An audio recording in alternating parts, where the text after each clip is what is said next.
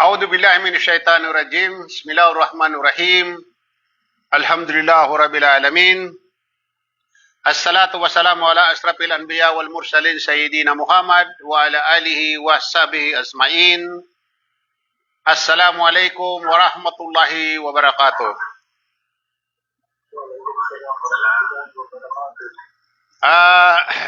Mga kapatid, ang ating tatalakayin ito ay patungkol sa pag-ayuno. Alam natin lahat as a Muslim na ngayon ilang buwan na lang, ilang araw, hindi na buwan, ilang araw na lang, ito ay darating na sa atin. Ito yung hinihintay ng mga Muslim na espesyal na bisita. Ito yun, yung Ramadan. Lahat ng Muslim sa buong mundo, tayo ay nag-aabang dito. Dahil ito ay minsanan lamang na dumarating sa atin sa loob ng isang taon. Kaya, pag inabutan tayo ng Ramadan, nararapat na tayo magpasalamat kay Allah subhanahu wa ta'ala. Dahil inabot pa natin ang Ramadan.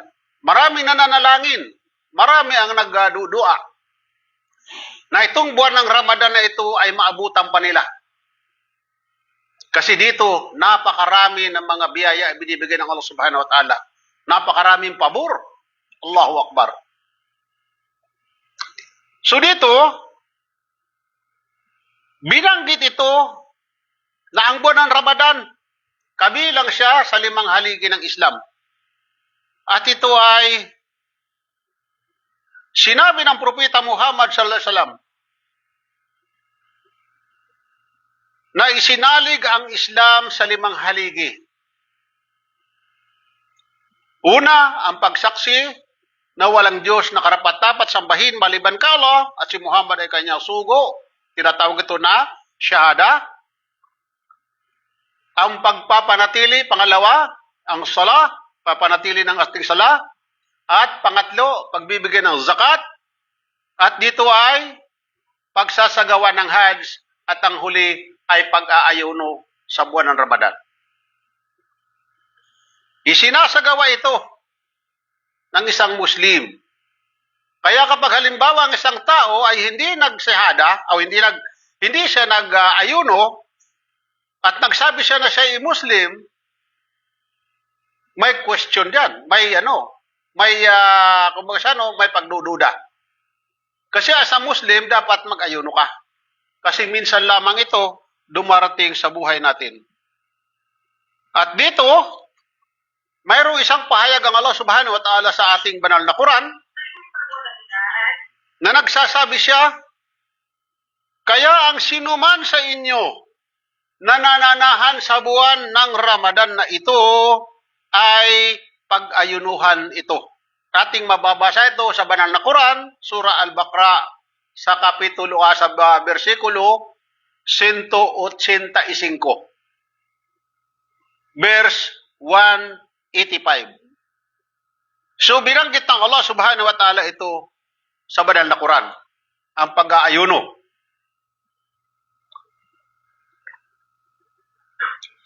Ito ay tungkulin ng bawat Muslim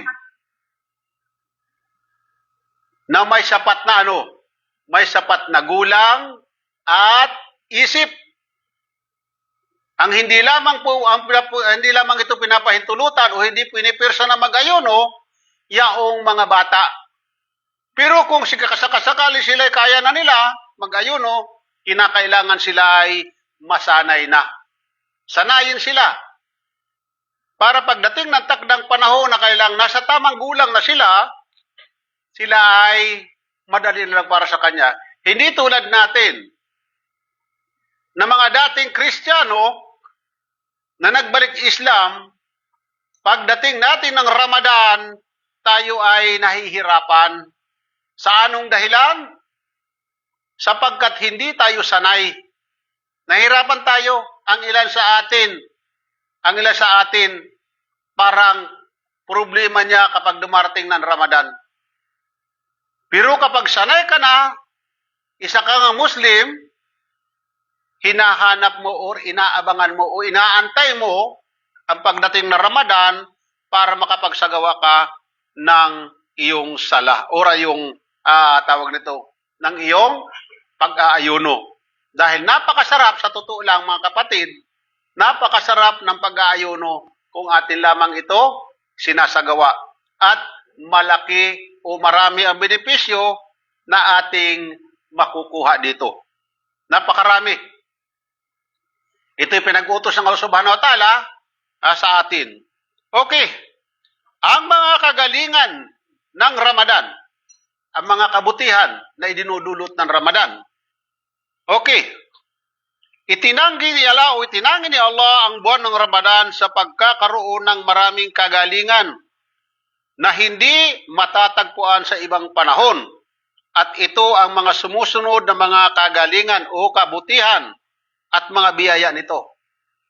Itinalaga niya, mashallah, ang lahat ng mga gawain, Allahu Akbar. Kaya ang mga Muslim, excited ito. Una, humihingi ng kapatawaran ang mga anghel para sa mga nag-aayuno, Allahu Akbar. Pag nag-aayuno ka bilang Muslim, humihingi ang mga anghel, humihingi ng mga anghel ng kapatawaran ng iyong mga kasalanan, Allahu Akbar. Mga anghel ang nag-aano sa iyo. Hanggang sa magagawa ang mga ito ng iftar. Hanggang sa ito ay magsagawa ng iftar. Allahu Akbar. Pangalawa, ginagayakan ni Allah Subhanahu wa Ta'ala sa bawat araw ng paraiso. Paraiso niya at nagsasabi siya, halos ang mga lingkod kong matutuwid ay alisan na ng paghihirap at kapinsalaan at pagkatapos ay pupunta sila sa paraiso. Allahu Akbar. Allahu Akbar. Masya Allah, Masya Allah. Napakaganda. Ito pa lamang ay mga ilan lamang na mga kagandahan o kabutihan na idinudulot ng Ramadan. Pangatlo, at sa buwang ito ay ikinakadina ang mga suwail na demonyo. Allahu Akbar. Ang mga demonyo ng mga suwail ay kinakadina ng Allah Subhanahu wa Ta'ala. Kaya paano pa siya makakapinsala sa mga tao, sa mga Muslim? Maliban na lang, doon sa talagang mayroon siya sa katawan niya demonyo, talagang mahihirapan na. Pero ikinakadina ang mga demonyo, nagpakatali sila. Talaga ang pabor na binibigay sa atin ng Allah. Pang-apat, nasa buwan ding ito ang Lailatul Qadar. Allahu Akbar. Ilan bro ang iyong sala, ang katumbas bro, ng isang sala? Ilan? Brother Jason. Sa buwan ng Ramadan, yung Lailatul Qadar, ilan ang katumbas sa sala? 1,000 buwan. 1,000 buwan ng isang sala mo, Allahu Akbar. Sa tanang buhay mo, ilang libong buwan ka? Libong buwan inaabot ang isang ano? Kwentahin mo kapatid na Engineer Jenel de la Cruz. Kwentahin mo ang 1,000 buwan. Ilang taon yan? 83. Allahu Akbar. Isang sala lang kapatid. Katumbas ng 83 years mong sala. Allahu Akbar. Biruin mo. Ay paano pala kung halimbawa 10 Ramadan ka, 100 Ramadan ka? Allahu Akbar. O 50 Ramadan ka, inabutan ka ng Lailatul Qadar. Ilan libo? Allahu Akbar. Ilan libong yan? Ilang libong buwan yan? 50,000 years. 50,000 years. Subhanallah. Mayroon bang ganun tao aabot? Masyaallah, masyaallah. Ito yung kabutihan ng Ramadan, mga kapatid. Kaya bakit ito ang mga Muslim excited ito na dumating sa atin? Na dumating sa isang Muslim ang buwan ng Ramadan. Kaya lahat ng Muslim na mayroong pananampalataya, nananalangin kay Allah Subhanahu wa Ta'ala na Allah, hayaan mo na ako'y makaabot ng Ramadan kasi hindi natin alam kung kailan ito babawiin na buhay sa atin sapagkat ito ay pinarem lamang sa atin, mga kapatid.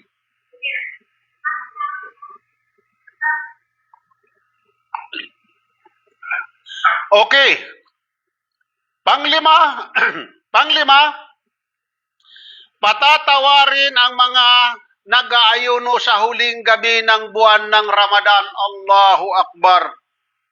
Biruin mo, patatawarin ang mga nag-aayuno sa huling gabi ng buwan ng Ramadan. Patatawarin. Ano man ang iyong nagawang kasalanan. Allahu Akbar. Napakabuti ng Allah Subhanahu wa Ta'ala sa ating mananampalataya. Bakit hindi natin isagawa ito? Bakit hindi natin halimbawa pagtitiisan ang gutom kung ang ating nabang kasalanan ay patatawarin sa atin ng Allah Subhanahu wa Ta'ala? Kung bakit ang mga Muslim sila'y masaya pag buwan ng Ramadan? That alam nila na napakaraming biyaya, espesyal ang araw na ito, ang buwan na ito para sa mga Muslim, para sa tunay na mga may takot kay Allah Subhanahu wa Ta'ala. Espesyal! Biro mo yung pabor, napakaraming pabor ng Allah Subhanahu wa Ta'ala. Pang-anim, si Allah ay may mga pinalalaya buhat sa impyerno sa bawat gabi ng Ramadan. Allahu Akbar. Mayroon siyang mga pinapalaya mula sa impyerno. Kapag ikaw pinalaya ka ng Allah Subhanahu wa Ta'ala mula sa impyerno, di ka ba matutuwa doon? Saan ka dadalhin? Dadalaw lang naman pupuntahan natin. Paraiso lang naman at impyerno. Pag pinalaya ka ng Allah Subhanahu wa Ta'ala sa impyerno, dadalhin ka sa kanyang paraiso. Dadalhin ka sa kanyang paraiso. Dahil mayroon din namang mga Muslim na pamasok ng impyerno. Dahil hindi naman lahat ng Muslim ay matutuwid. Marami rin mga Muslim ang gumagawa ng kabaktutan, kalukuhan, mga kasalanan. Ngunit, dahil sila ay mga hindi nagtatambal kay Allah, dahil sila ay sumasamba lamang kay Allah, sila ay pinapatawad ng kailang kasalanan kapag nagsasagawa sila ng pag-aayuno. Alam ko minsan mahirap dyan sa Pilipinas mag-ayuno. Pero kapag matibay ang iyong faith, kaya mo yan, kapatid Engineer Jenel de la Cruz. Kaya mo yan. Kahit ikaw lang mag-isa. Pero di ba sana, sa pag-ano mo ng pag-aayon mo, sa pag-break mo ng fasting, kasama mo mga brothers dyan na mga Muslim. Magkakasama kayo. Mahirap sa totoo lang dyan sa Pilipinas kung ang iyong pamilya ay hindi Muslim. Pero kung halimbawa naman, tayo ay nakalimot, tandaan nyo kapatid, pag tayo nakalimot, tayo nakainom at nakakain, hindi yan mabreak ang iyong fasting, basta't hindi mo lamang sinasadya. Ibig sabihin nun, pinainom ka ng Allah Subhanahu wa Ta'ala, pinakain ka ng Allah Subhanahu wa Ta'ala. Allahu Akbar. Yan yung mga pabor ng Allah Subhanahu wa Ta'ala sa mananampalataya. Di ba tayo matutuwa, kapatid? Di ka ba matutuwa sa Muslim? Di ka ba magmamalaki? Muslim ako! Allahu Akbar. Dahil ang pabor ng Allah Subhanahu wa Ta'ala ay ibibigay sa iyo. Pampito, ang isang umrah sa Ramadan ay katumbas ng isang hajj. Allahu Akbar, kapatid na din ni Cruz, inshallah, makapag-umrah ka dito. Dahil ang umrah ng Ramadan, katumbas ito ng hajj. Allahu Akbar. Katumbas ito ng hajj. Subhanallah. Di ka pa ba matutuwa doon? Kaya inshallah, kapatid na Jason, inshallah, this coming Ramadan, yung ating mga brothers, yung mga nagsahada dyan sa company mo, makapag tayo, inshallah, umrah tayo, inshallah, at iduduan natin si Engineer Daniel na, inshallah, makapag-umrah din siya. O, hindi lang makapag-umrah, makapag-hajj din, inshallah, para makumplito niya ang kanyang Islam, inshallah. Okay. Kabilang din sa mga nasasaad sa kagalingan ng dakilang buwan na ito ay isang sinabi ng sugo ng Allah Subhanahu wa Ta'ala sa Propeta Muhammad SAW, ang sino mang mag-ayuno sa buwan ng Ramadan ng may pananampalataya at pag-asang pagpapalain patatawarin ang nagdaan niyang mga pagkakasala. Subhanallah, Allahu Akbar. Ang ating mga nagdaang pagkakasala, ito ay pinatatawad ng Allah Subhanahu wa Ta'ala nang dahil sa ating pag-aayuno sa buwan ng Ramadan. Mayroon dyan sa atin sa Pilipinas, mga kapatid, nagsasabi na wag ka daw magpapakagutom. Yung pag-aayuno daw natin ay nagpapakagutom tayo. At magkakasakit daw tayo ng ulcer. Subhanallah. Hindi ito ipag-uutos ng ating tagapaglikha kung tayo ay masisira, kung tayo ay magkakaroon ng karamdaman dito. Dahil siya lumikha sa atin. At hindi totoo yan na nakaka-ulcer ang pagpapakagutom. Kasi kung totoo yan, dapat dito sa mga Arabo, kabilang na kami doon na nandito. Dahil alhamdulillah, hindi namin pinalalampas yung buwan ng Ramadan na yan. Alhamdulillah, bakit wala kami mga ulcer? Alhamdulillah. At dyan sa Pilipinas, karamihan, hindi naman na nag-aayuno. Bakit natatabas ang bituka nang dahil sa may mga ulcer? Anong dahilan? Maaaring siguro sa kanilang mga bisyo o sa mga kinakain na hindi mabuti. Samantala sa mga Muslim, alhamdulillah, malulusog sila. Pagkatapos ng halimbawa, pag nag-aayuno ka, ang pakiramdam mo, para kang lumulutang, panggaan ng katawan. Okay, mayroon sa pang hadith na sinabi nitong hadith ng Propeta Muhammad SAW, ang bawat mabuting gawa ng anak ni Adam ay may gantimpalang katumbas na 10 katulad ng ginawa niya hanggang sa 700 ulit. Allahu Akbar. At nagsabi ang Allah Subhanahu wa Ta'ala, maliban sa pag-aayuno, sapagkat ito ay para sa akin at sa akin ito'y gagantimpalaan. Ang pag-aayuno pala, tayo lang pala ni Allah Subhanahu wa Ta'ala ang nakakaalam doon at para sa Kanya yon pagpapatunay ng iyong katapatan. Dahil anong alam ko, anong alam ninyo, sasabihin ko nag-aayuno ako. Pagpasok ko sa kwarto ko, iinom ako ng tubig, kakain ako. Maliban kay Allah Subhanahu wa Ta'ala lamang. Allahu Akbar. Gaganti pala ang Allah Subhanahu wa Ta'ala, sabi niya, ang pag-aayuno ay para sa akin, ang gawain nito. At gagantimpalaan ko. Allahu Akbar. Di ka ba matutuwa doon? So, alhamdulillah, okay. Ang pagtitiyak ng pagsapit ng Ramadan, kailangan matiyak natin ang pagpasok ng Ramadan para ang ating pag-aayuno ay hindi magkaroon ng problema sa pagwakas. Yung tinatawag na Idul Fitr. Idul Fitr. Okay. Natitiyak ang pagsapit ng buwan ng Ramadan sa pamamagitan ng isang dalawang ito. Nakakatiyak, waalaikumsalam. Nakakatiyak ka, natitiyak mo sa buwan ng Ramadan sa pamamagitan ng dalawang ito. Okay?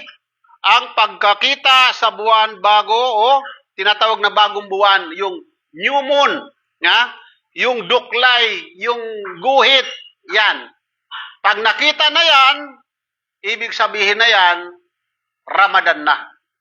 Kaya kinakailangan na mag-ayuno sa kinabukasan na hindi ka nakakain. Kapag nakita ang bagong buwan, kailangan ng mag-ayuno. At sinabi ni Propeta Muhammad sallallahu alaihi wasallam, kapag nakita ninyo ang bagong buwan, ay mag-ayuno kayo. At kapag nakita ninyo lito, ay tapusin na ninyo ang pag-aayuno. So ito, mga kapatid, pag halimbawa nakita daw ng isang Muslim ang new moon, mag-ayuno na siya.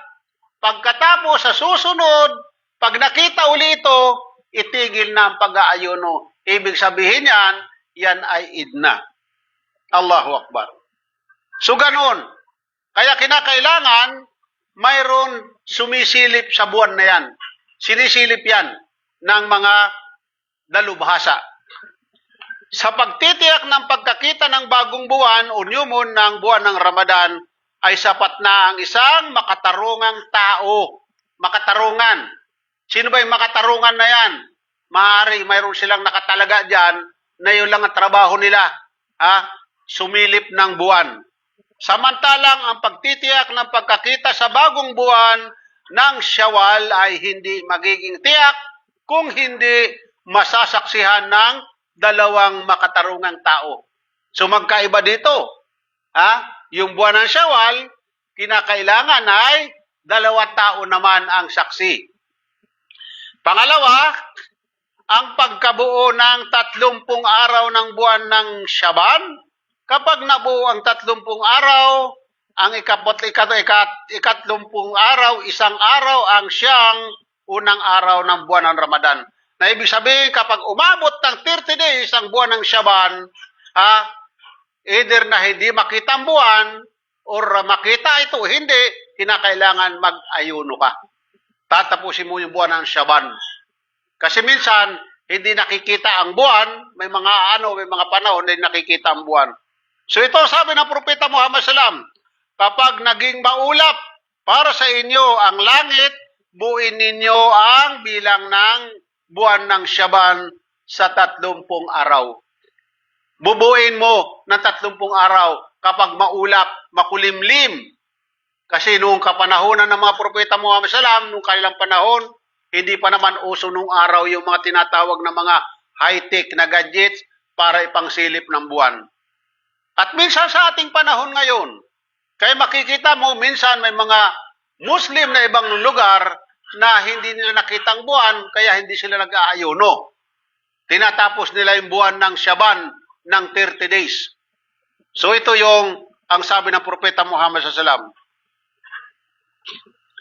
Mayroon mga tao na hindi pinapayagang mag-ayuno. May mga tao na hindi pinapayagan mag-ayuno. Sino-sino ito? At ito ay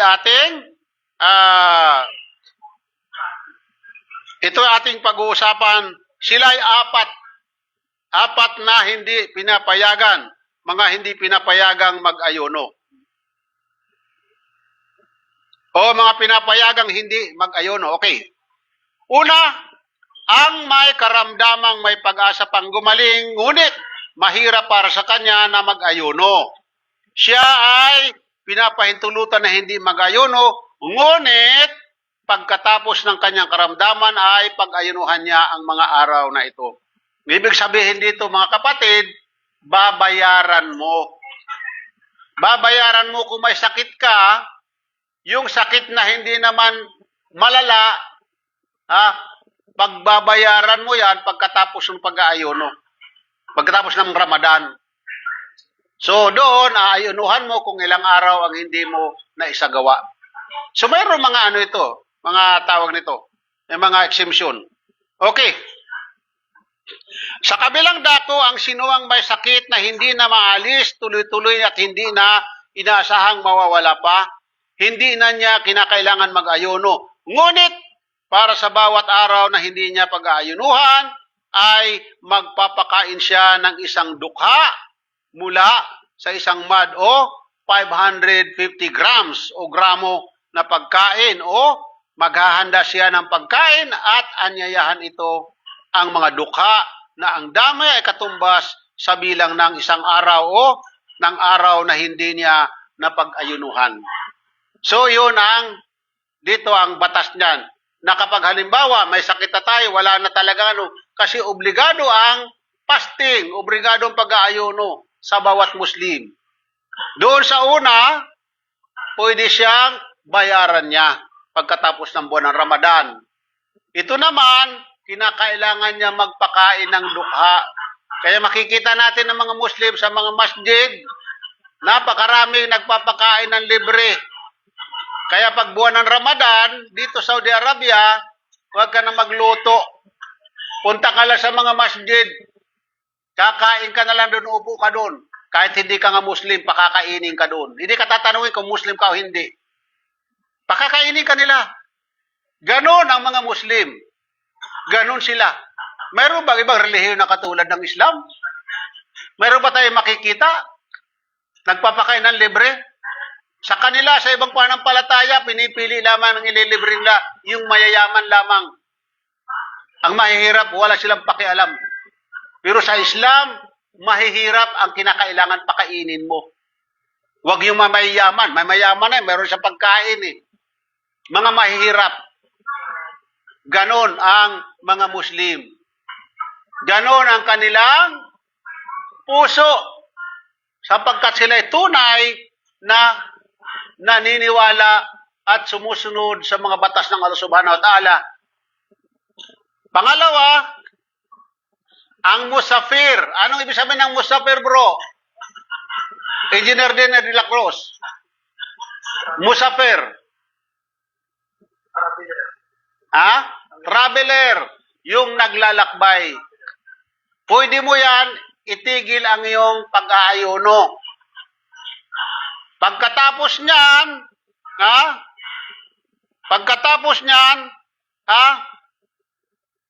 mag-ayuno ka, bayaran mo rin pagkatapos ng Ramadan. Dahil ang sabi dito, okay, ang paghinto ng pag-ayuno magmula sa oras ng pag-alis niya sa kanyang bayan hanggang hindi siya nakakabalik doon.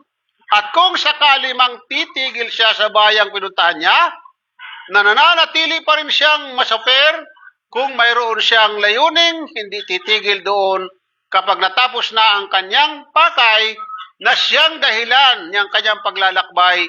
Ang hatol na ito ay nauukol lamang sa paglalakbay na ang layo ay umaabot sa mga ilang kilometro, bro? Matatawag kang musafir ilang kilometro? 80 kilometers ka na matatawag na ikaw ay naglalakbay. Okay? Pangatlo, pinapahintulutan din ang isang babae kapag nagdadalang tao o nagpapasuso na hindi mag-ayuno. At kapag nangangamba siyang baka makasama ang pag-ayuno sa kanyang sarili o sa kanya anak, at kapag nawala na ang kadahilanan ng pag-ayunuhan niya ang mga araw na hindi niya pinapag-ayunuhan. Ito yung mga buntis, nag-aalim pa nagpapasuso. Pwede kang itigil mong pag-aayuno. Kapag okay ka na, halimbawa, babayaran mo naman ito ang pag-aayuno mo. So ito yung mga kondisyon.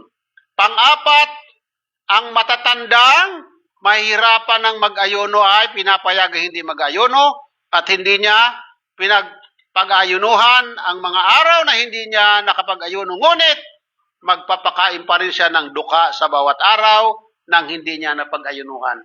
Mayroon siya pakakainin. Yung mga matatanda na hindi na kaya mag-ayuno, yung halimbawa, yung mahihirapan na, sila ay hindi na pinapahintulutan na hindi na mag-ayuno, ngunit, magpapakain naman sila ng mga mahihirap or dukha. So yun ang batas ng pag-aayuno. Okay. Puntahan naman natin ang mga nakakasira sa pag-aayuno. Nakakasira, ha? Dito tayo sa nakakasira. Una, ang sadyang pagkain o pag-inom. Ito ay nasisira yan ang pag-aayuno mo kung sinadya mo na kumain o uminom. Kaya kinakailangan ang pagkain sani ng pagkalimot ay hindi na kinakailangan bayaran. Dahil normal sa atin na tayo ay nakakalimot. Halimbawa, nag-aayuno ka, na-aksidente kang nakainom, nagulat ka, nakainom ako, ayuno ka pala. Kapag nasa bunganga mo, kapatid, huwag mo nang iluwa. Ituloy mo na. Dahil ikaw ay pinainom o kaya pinakain ka ng Allah Subhanahu wa Ta'ala. Baka iluluwa mo? Huwag. Ituloy mo. Pagkat iyan ay mula kay Allah Subhanahu wa Ta'ala. Normal sa atin ang pagkalimot. Pero kung nagkunwarian ka lamang, nakalimot ako kunwari. Ang niloko mo lamang ang sarili mo doon. Dinaya mo sarili mo doon. So, hindi pwede yung ganon. Okay. Mayroon dito sinabi si Propeta Muhammad SAW, ang sinumang nakalimot habang siya ay nag-aayuno, kaya naman nakakain o nakainom ay lubusan niya ang kanyang pag-aayuno o lubusin niya ang kanyang pag-aayuno. Kabilang din sa nakasisira sa pag-aayuno ang pag-abot o pag-abot sa kanyang tiyan ng tubig na dumadaan sa ilong.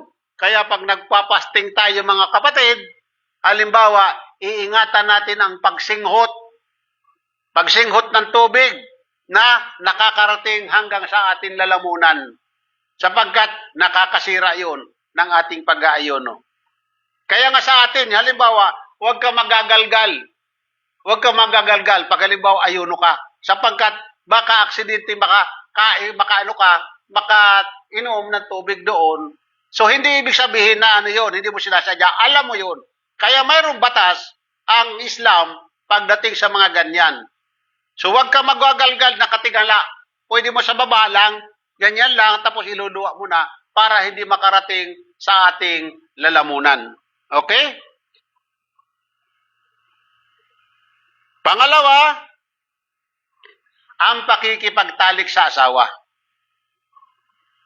Pangalawa, pakikipagtalik sa asawa.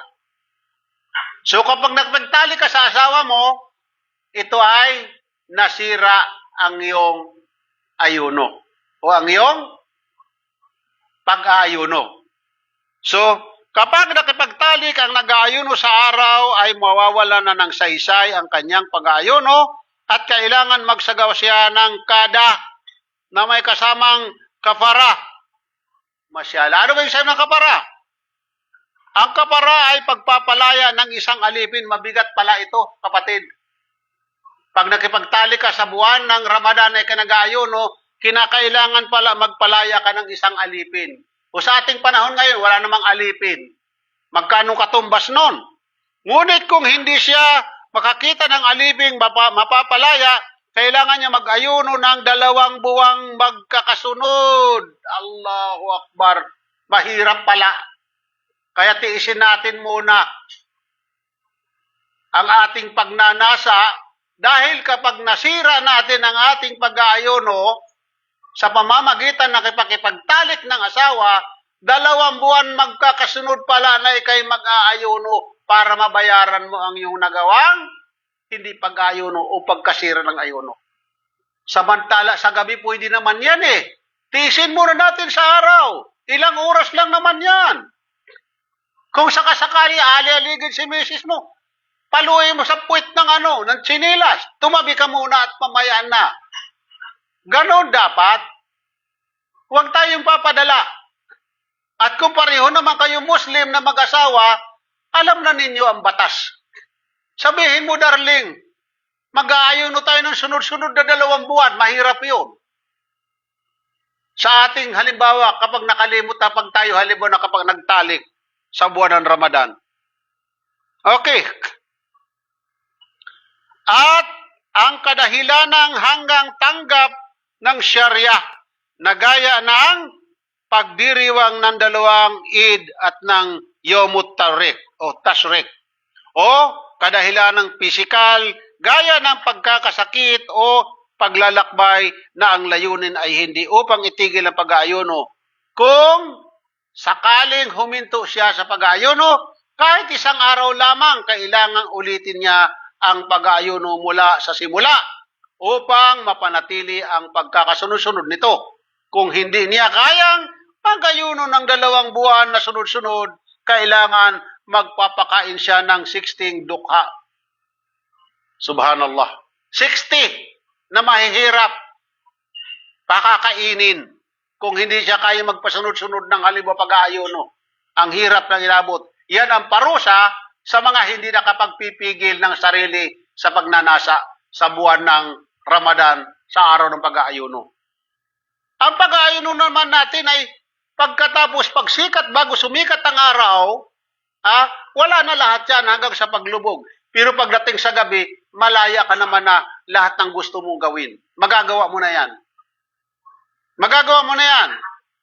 Kahit anong oras sa gabi, Ustad? Kahit anong oras yan. Kahit pagkatapos mo lang naghalimbawa na break ka ng iyong fasting, puntahan mo si misis mo. Walang problema yun.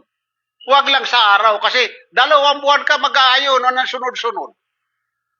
Mahirap yun. Tiisin mo lang muna. Ganon ang batas ng pag-aayono. Okay? Basta't gabi. Okay, halimbawa, madaling araw. Bago mag-adan.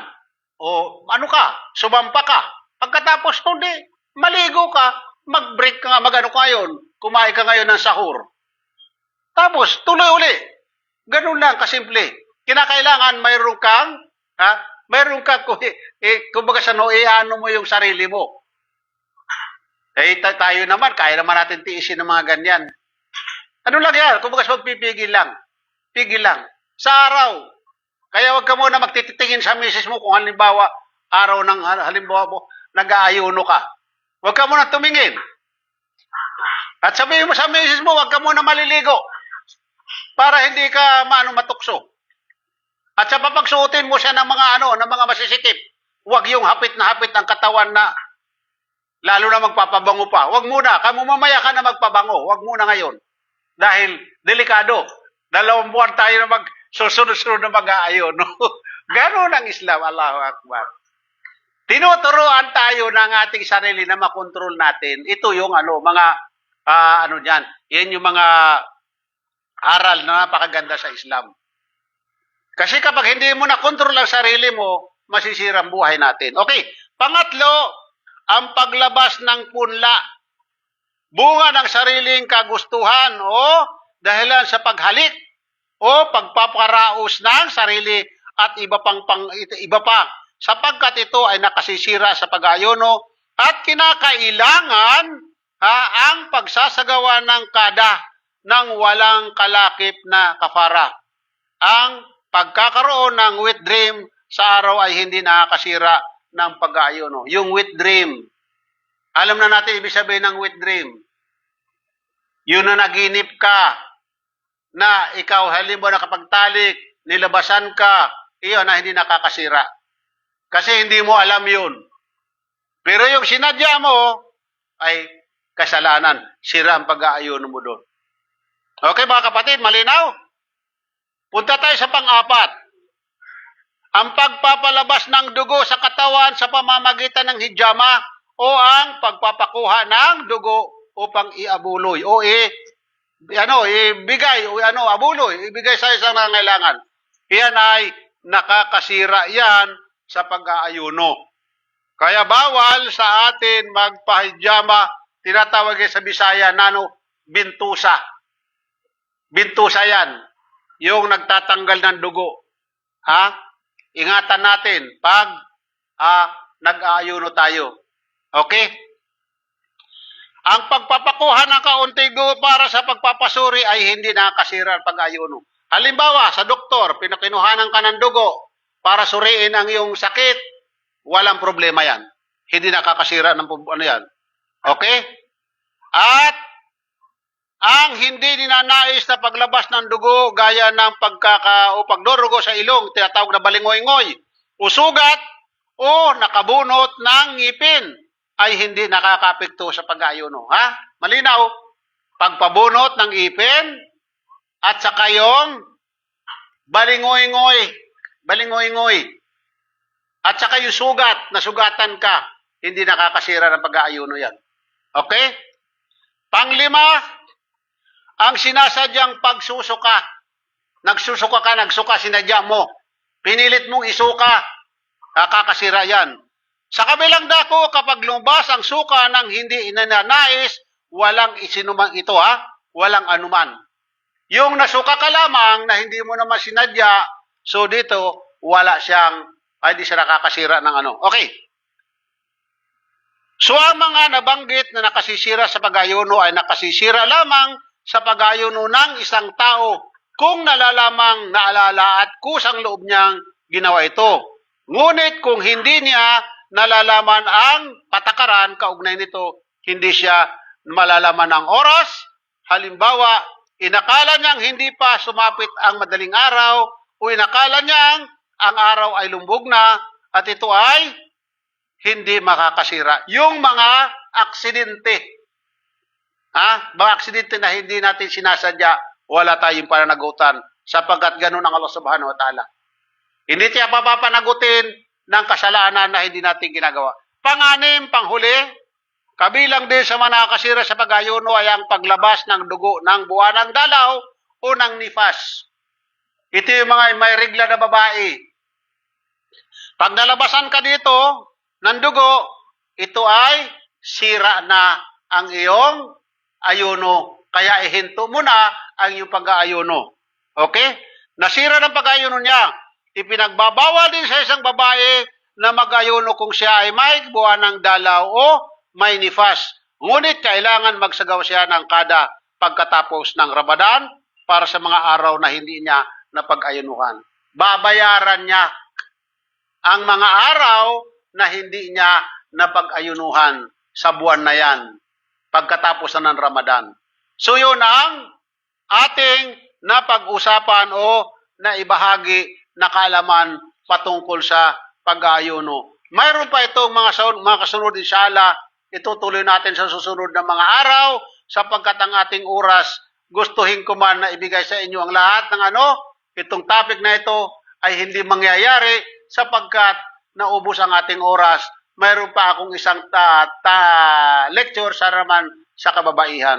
Naway mga kapatid, atin ito na idagdag sa ating kaalaman sa darating na Ramadan, inshallah maabutan natin ito, ang buwan na ito na napakabiyaya sa buwan na ito, ang buwan na yan. At inshallah, excited na tayong lahat at marami tayong mga naghihintay na mga gantimpala mula kay Allah subhanahu wa ta'ala. Maraming salamat. Assalamualaikum warahmatullahi wabarakatuh.